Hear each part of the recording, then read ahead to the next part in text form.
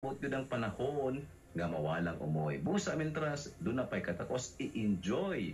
Uban niya na ang mga higala siyempre ha, ang responsibilidad. Dapat yun maging responsable kita. Ayaw og bisan siginsa na lang tungod kay gusto nimo mo enjoy. Hala sige. Wala tuo. Aw, inumdumi nga kada buto, buhay kang bata ka. Bato kay gid mga higala kining idi. Pinaagi sa healthy lifestyle. Nagatuo ko nga kabalo na mo unsay buot pasabot sa healthy lifestyle kay kanunay nato na mahisgutan sa tuang nga mga programa. Og syempre ang pagpangapi matag adlaw sa Okira 5-in-1 coffee. Kay dako gadong matabang niini aron mo himsog o mubalik ang kanhing kabaskog. Sulay mga higala ang Okira 5-in-1 coffee. Kung ato gayod nga susihon ang kalawom sa pagtulunan sa usa ka produkto, daw malisdan gyud ta. Kay dili man kita ang nagahimo. Mauna ang hinungdan nga moingon mi ninyo nga sulaye. Sama sa Okira Coffee, ang sulod ni ana mao ang Red Panax Ginseng ug Mangosteen. Ang Red Panax Ginseng mulimpyo sa ugat sa tao gikan sa gamay ngadto sa pinakadako. Mao nga muayo ang dagan sa dugo. Busa kung naa kay erectile dysfunction, sulaye ang Okira Coffee. Ang gibansagan nga herbal Viagra. Ang Okira Coffee mapalit na sa mga botika.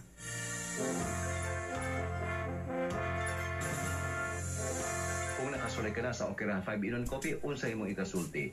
Ipadala ka na sa itong text line 0977-125-833. Kung doon na kay pangutana, ipadala usap sa itong text line 0977-125-833. Buhay naman namilit na ako, anang kita igong oras mga higala ning atong programa, kahimsog sa panglawas atong ampingan kun KPA, nga hatod sa Kanami Marketing.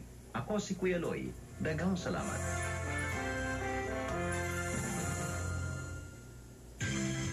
Broadcasting from the third floor of the Amando B. Amatong Civic Center, College Park, Dipolog City, Zamboanga del Norte, Philippines.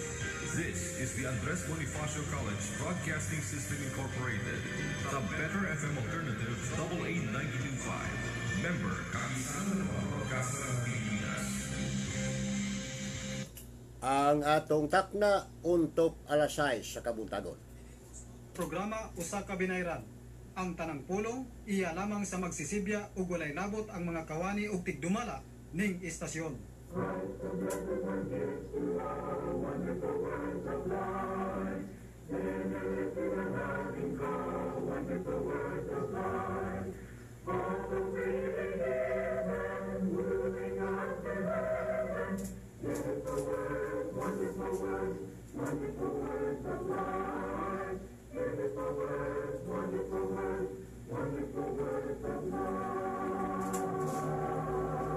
Hello! Maayong buntag sa tanan mga kaigsunan. Welcome sa atong tulumanon naguluhan og Words of Life o mga pulong sa kinabuhi. Usa ka tulumanon nga ang katuyuan mao ang pagpahibalo sa mga kamatuoran nga nahipatik sa balaang kasulatan, mao ang paglaban sa kamatuoran ug maupod ang pagyagyag sa mga bakak nga pagtulunan. Kay sa Biblia dunay mga bakak nga pagtulunan.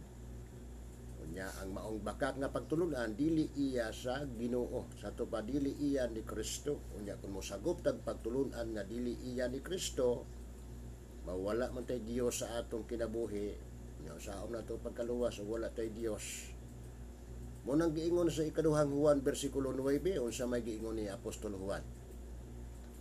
Bisan kinsa nga magauna og dili magpabilin diha sa tuluuhan ni Kristo, siya wala makapanag-iya sa Dios. Apan siya nga nagapabilin sa tuluuhan ni Kristo, naa kaniya ang amahan ug ang anak. So dili ta pwede migsunan nga maghimo tag atong kaugalingong pagtulunan kung doktrina. Kay kung magbuhat ang atong kaugalingong doktrina, posible nga kana nga doktrina binuhat lamang sa mga tao nga matod pa ni Kristo. Kining mga tawhana nagpasidungog kanako pinaagi sa ilang mga ngabil, apan halayo kanako ang ilang kasing-kasing. Kawang lamang ang ilang pagsimba kanako, sanglit sa ilang pagpanudlo, ila man di pakadoktrina ang makalagdaan nga hinimo lamang mga tawo. Bueno, sa ato mga viewers, number 1 si Jari Aklon Damaing sa Metro Manila, then Ray Ronday con Jerry Parpar, then Onado, si Noe Onado di sa Dipolog, then Daniel Parangan sa Metro Manila, and Nilo Dalman and Bincia Dalman di sa Dipolog. So nining kabuntagon atong hisgutan migsunan ang laing pangutanan ni Brother Sani Ugo, nagdipadangat usab ni Brother Carlos Galabin, may tungod ba sa unsang pitsaha, bulana, si Kristo namatay. Manay atong hisgutan ron. Sama sa akong ingon kagahapon, mahitungod sa pagkatao ni Kristo, wala gid padayag sa Biblia kano siya na tao. Ha? Wala yun. Na may mga magsusulat sa Bagong Testamento kaniadto, sama ni Juan, ni Pedro, ni Pablo, mga credible witness magito kay nakita mo sila kang Kristo, nakiguban-uban sila kang Kristo, apan wala man ginagipadayag sa Biblia kanusa na tao si Kristo, nagpasabot, nagitago na sa Ginoo. Wala nagipadayag mo, nagiingon na sa kang Moises sa Deuteronomio 29:29, giingon niya nga ang butang tinago iya sa Dios, ang butang di padayag mao'y ato. So gitago man na sa Ginoo, so dili na to tukion unsang bulana, unsang pitsahan na tao si Kristo. Apa na ay nagtudlo ron nga ari ka sa uban Protestant churches, Roman Catholic churches, ilang magitudlo nga na tao si Kristo Disyembre 25. Apan sa Greek Orthodox Church, January 6 na tao si Kristo. Unya sa Armenian Churches, January 19. So wala magkapareho umisunan. Ha? So dili importante og unsang pitsaha, unsang bulana, ang importante na tao ang atong Ginoong Hesukristo, kay dunay katuyuan ngano nga siya nagpakatawo. Number 1, aron yun ipamatuod nga siya Dios. Kay thousands of years wala pa matawo si Kristo, dunay panagna sa Biblia nga dunay Dios nga muanhi, si Hiyuba muanhi o makig-ipon sa iyahang katawhan, natuma na migsunan. Munang sa Roma 9:5 gipahayag ni Pablo na ilaha ang mga patriarka o gikan kanila sumala sa kaliwatan na tao si Kristo nga mao ang Dios nga anaa sa ibabaw sa tanan, dalaygon hangtod sa kahangturan. Bueno, Chad Claren, matod pa, good morning Brad, and to all listeners, God bless as always. Then next, Gariho Gabiola, good morning brother.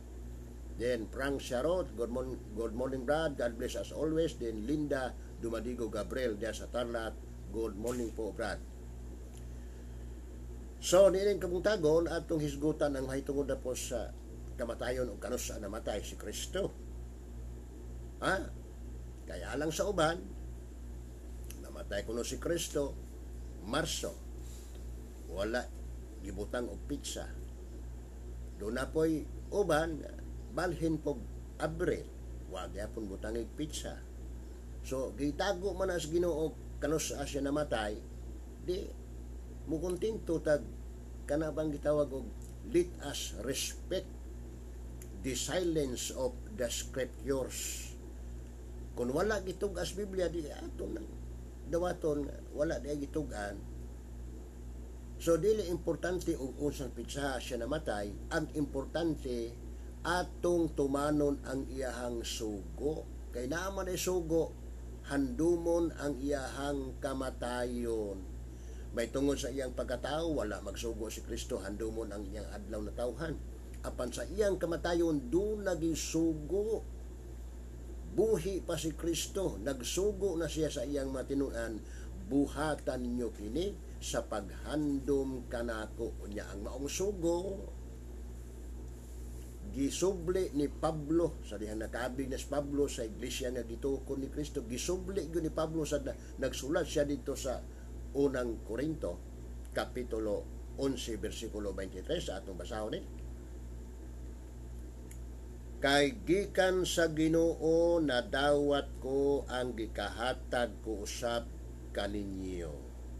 Asa gikan ang gihatag ni Pablo ngadto sa Iglesia sa Corinto, matud pa ni Pablo, gikan sa Ginoo. Kay gikan sa Ginoo na dawat ko ang gikahatag ko usab kaninyo, nga ang Ginoong Hesus sa gabi sa pagbudhi kaniya mikuhag tinapay, og sa nakapasalamat na siya kini iyang gipikas-pikas, og miingon siya, kini mao ang akong lawas nga gipikas-pikas alang kaninyo. Nya padayon si Kristo sa pagpahayag pinaagi ni Pablo. Matod pa niya, buhatan nyo kini sa paghandom kanako. So niya na sugo, do this in remembrance of me. Buhatan nyo kini sa paghandom kanako. Katong giingon ni Kristo, maoning akong lawas, dili ba ito literal nga lawas ni Kristo mo iyang di pikas-pikas o gipakaon sa iyang mga tinunan. Doon na gikuha siya nga tinapay. Literal to nga tinapay kay katong panahon na god Pasko man to, gitawag to Passover Fest. Di sa ulo nila ang Pasko, Passover Fest, kunya sa dihang sa maong pagpista, doon na mapoy tinapay, doon na po'y pag-inom. Mao na to ang gihimo ni Kristo. Kumuha kamo, mao ni akong lawas nga gipikas-pikas alang kaninyo, kadtong tinapay nga walay libadura. Matod pa ni Kristo, buhatan ninyo kini sa paghandom kanako. Unya kay duha man diha, humagkaon do na may inom. Matod pa ni Kristo, sa maong paagi usab tapos sa panihapon ang kupa gikuha niya nga nag-ingon, kining kupa mao ang bag-ong pagsaa diya sa akong dugo. Buhatan ninyo kini sa matag inom ninyo niini sa paghandom kanako. Kaduhagid gisubli ni Kristo, do this in remembrance of me. Buhatan nyo kini sa paghandom kanako. Mukaon sa tinapay nga walay lebadura, muinom po sa duga sa paras, sa pag grapes ang ipares. Onya, nagpadayon si Kristo sa pagpahayag pinaagi ni Pablo, kay sa matagkaon ninyo niining tinapay o matag-inom ninyo niining kupa, ginasangyaw ninyo ang kamatayon sa Ginoo hangtod sa iyahang pag-anhi. So, ang tuyo nganong handumon si Kristo hangtod na sa iyang pag-anhi, kay maunay pamaagi na atong maproklamar, atong masangyaw, atong madeklarar ang kamatayon ni Kristo dito sa cross. Mao na migsunan ang katuyuan. Ha? Mao ang pangutana, karos ama na himuon kada tuig, kada 6 ka bulan, kada 3 ka bulan, kada anniversary sa simbahan, karos ama na himuon be? Well, ating patubag pinagis Biblia, karos ato na himuon kay timan ibya ang mga tinunabi ni Kristo ang gisugo ini, wa mapil ang tagagawas ha? Ha? Ang tagagawas gisugo nga magpasakop sa lawas ni Kristo nga mong iglesia nga sa diyang masakop na, doon na siya katungod nga handumon si Kristo pinaagis pagkaon sa tinapay o pag-inom sa duga sa paras. Kanus ama na himuon Ginoo nga hangtod sa iyang pag-anhi himuon na siya. Well niya, Biblia mo mutubag. Buhat 20 versikulo 7 matod pa sa Biblia.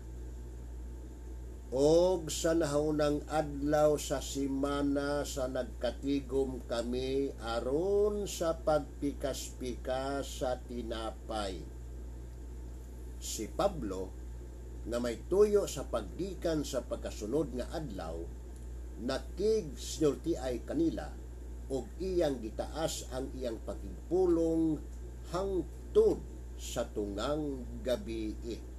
Sirma Argiles Baswell, good morning da, sister. Kanos anay moon? Unang adlaw sa simana. On the first day of the week. Wala maging mudag on the first day of every month, on the first day of every 3 months, or on the first day of every year. Kung every first day of every year, di gawas nga. Annually, kada tuig. Pero wala maging yag every year o every quarter. Di specify yun. Unang adlaw sa simana, on the first day of the week. That is weekly. Unsa man ang first day of the week? Sunday yan na. Mahulog binag Domingo. So mo nang adlaw. Mo'y tuyo nga magtigom ang mga tinunan adlaw Domingo kay handumon ang kamatayon ni Kristo hangtod na sa iyahang pag-anhi.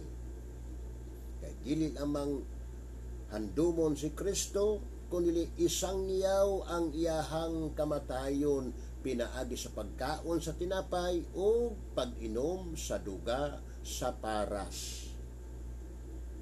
Kano sa himuon na inigtigom, kano sa magtigom unang adlaw sa simana, kaysa maong panagkatigom sa unang adlaw sa simana, doon naman day himuon nga amo, doon na himuon nga amo.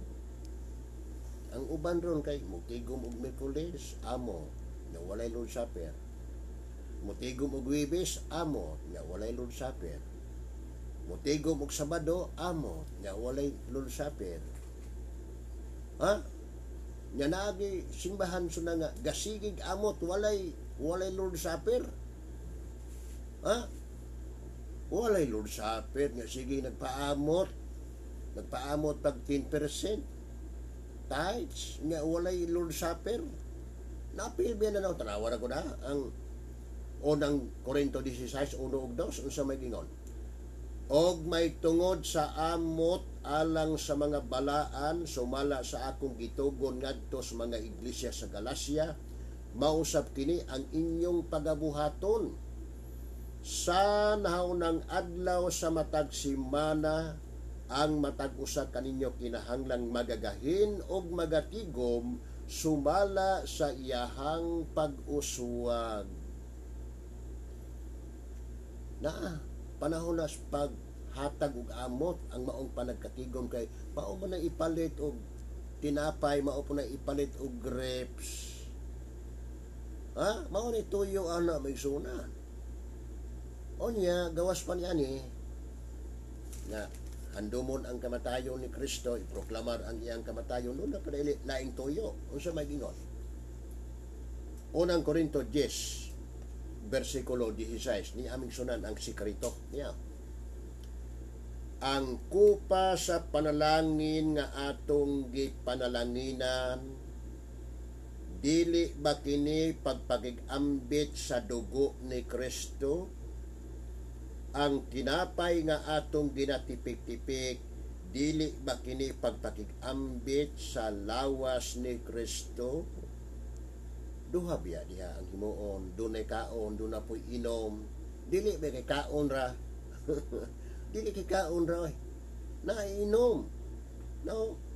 Unsa may kanon, tinapay nga wali libadora. Unsa may imnon, duga sa paras. Kay ug mo kaon ta sa maong tinapay nga nagsimbolo sa lawas ni Kristo, nakigambita sa lawas ni Kristo. Unya kung moinom ta sa duga sa paras nga nagsimbolo sa dugo ni Kristo, nakigambita sa dugo ni Kristo. Unya ang pangutana, unsa man ka importante ni Michael Sinilyak Yakaw diya sa Cagayan de Oro, good morning brad, o sa El Salvador. Then Gilbert Adria. Good morning Brad, taga Minaog ni. Mangutana ko unta og naabay mabasa og pila ka buok samad sa atong Ginoong Hesus sa dihang gilansang siya sa cross. Well, usar man to kasamad, di bangkaw ko to siya, usar to kabangkaw. So, mo na, ang importante nga handumo nato ang iyahang kamatayon dito sa cross sa unsang paagi, pinaagi man diay sa pagkaon sa tinapay o pag-inom sa duga sa paras. Unya, kung mukaon ta sa tinapay, nakig-ambi ta sa iyang lawas, o muinom ta sa duga sa paras, nakig-ambi ta sa iyahang dugo. Unsa man ni ka-importante be. Wili, ang Biblia si Kristo mo atong patubagon og nganong importante ni. Juan kapitulo 6 versikulo 53 ngadto sa unahan matud pa sa Biblia. Busa si Jesus miingon kanila, sa pagkatinuod magaingon ako kaninyo, gawas kon mukaon kamo sa unod sa anak sa tao ug miinom sa iyang dugo, wala kamoy kinabuhi diha kaninyo. Siya nga mukaon sa akong unod ug miinom sa akong dugo, may kinabuhi nga dayon ug pagabanhawon ko siya sa kaulahian nga adlaw. Unsa ka importante ni? Well, mukaon ta sa iyang kanang tinapay nga nagrepresenta sa iyang lawas ug moinom ta sa kining duga sa paras nga nagrepresenta sa iyang dugo, makabaton ba ka kinabuhi nga walay katapusan. Unya banhawon tas katapusang adlaw. Munang nagpadayon si Kristo sa pagsaysay 55. Siya nga mukaon sa akong unod ug muinom sa akong dugo, may kinabuhi nga dayon ug pagabanhawon ko siya sa kaulahian nga adlaw. Kay ang akong unod kinuod nga kalanon ug ang akong dugo tinuod nga ilimnon. Siya nga mukaon sa akong unod ug muinom sa akong dugo, magapuyo sa sulod nako ug ako sa sulod niya. Dili gina siya espiritual misyonan nga namay nag-ingon ron nga espiritual na bra, espiritual lang paghandom sa ato pa di wala na sa ato pa dili naghimuon ang literal nga tinapay ug literal nga dugas paras kay espiritual na.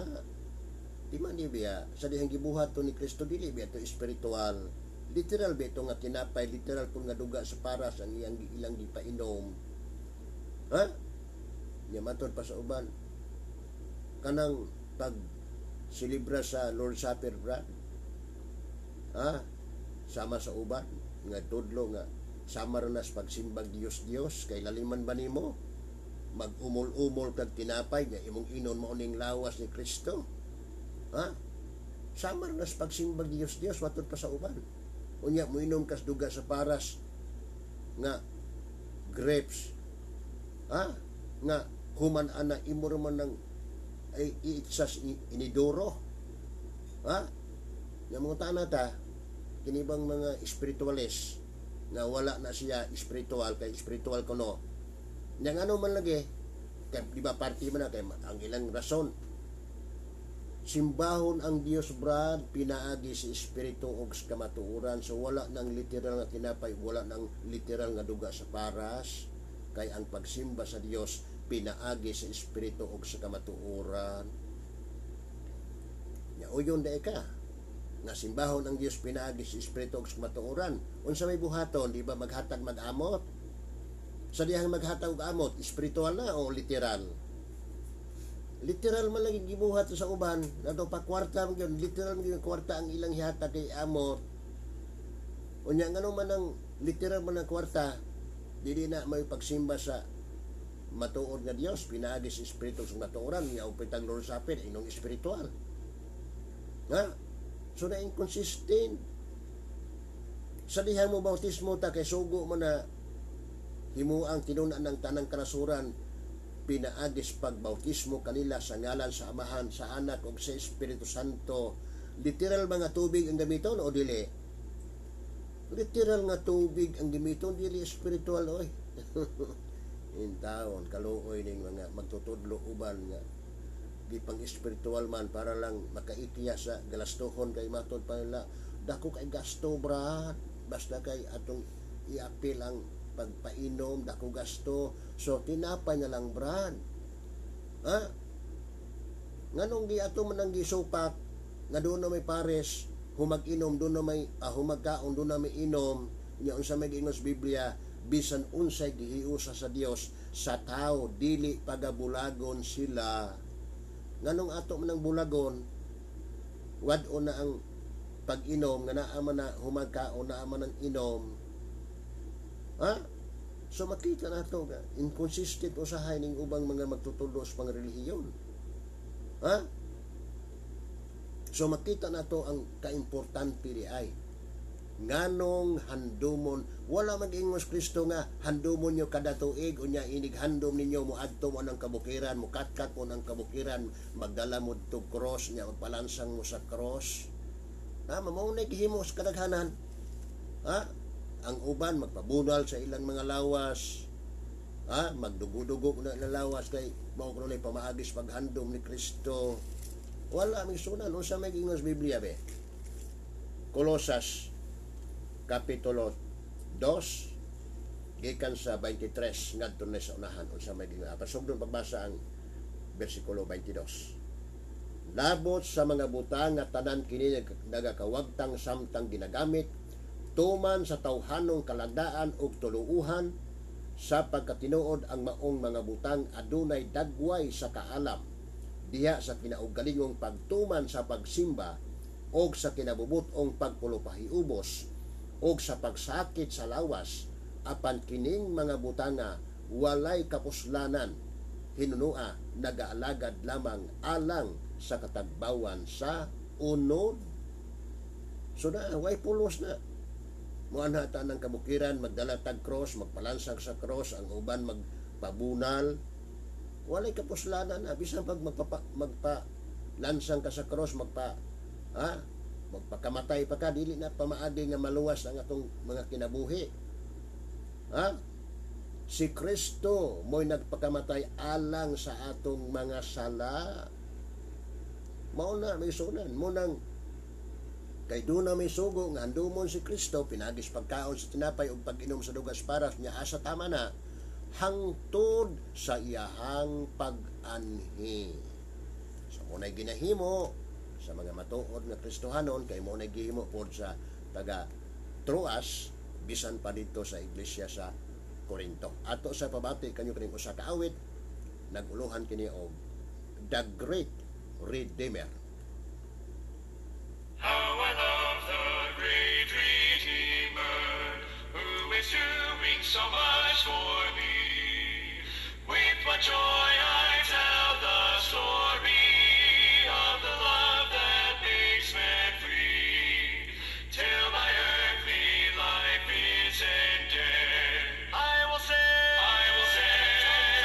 songs above them beside the crystal sea. More and more my soul shall be praising Jesus and His love.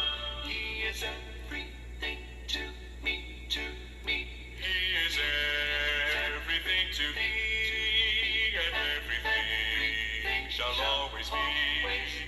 I will never cease to raise a song of gladness in His praise. And in the world above, my soul shall sing of saving love. Life and pride in joy you see, the precious friend who died for me.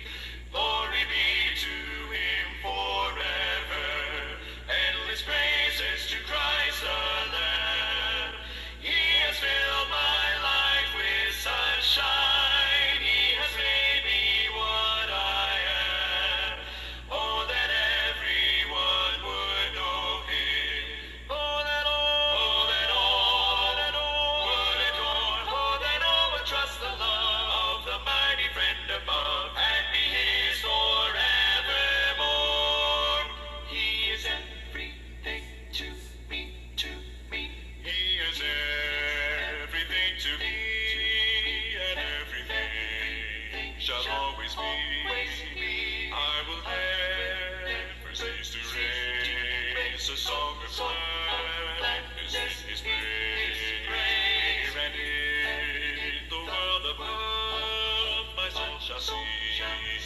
saving love, life and light, and joy is here. The precious friend died for me.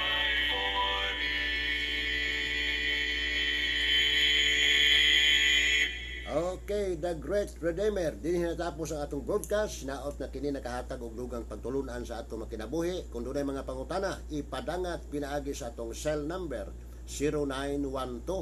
0912-414-9664 o ben sa atong messenger Edgardo Parangan Facebook page.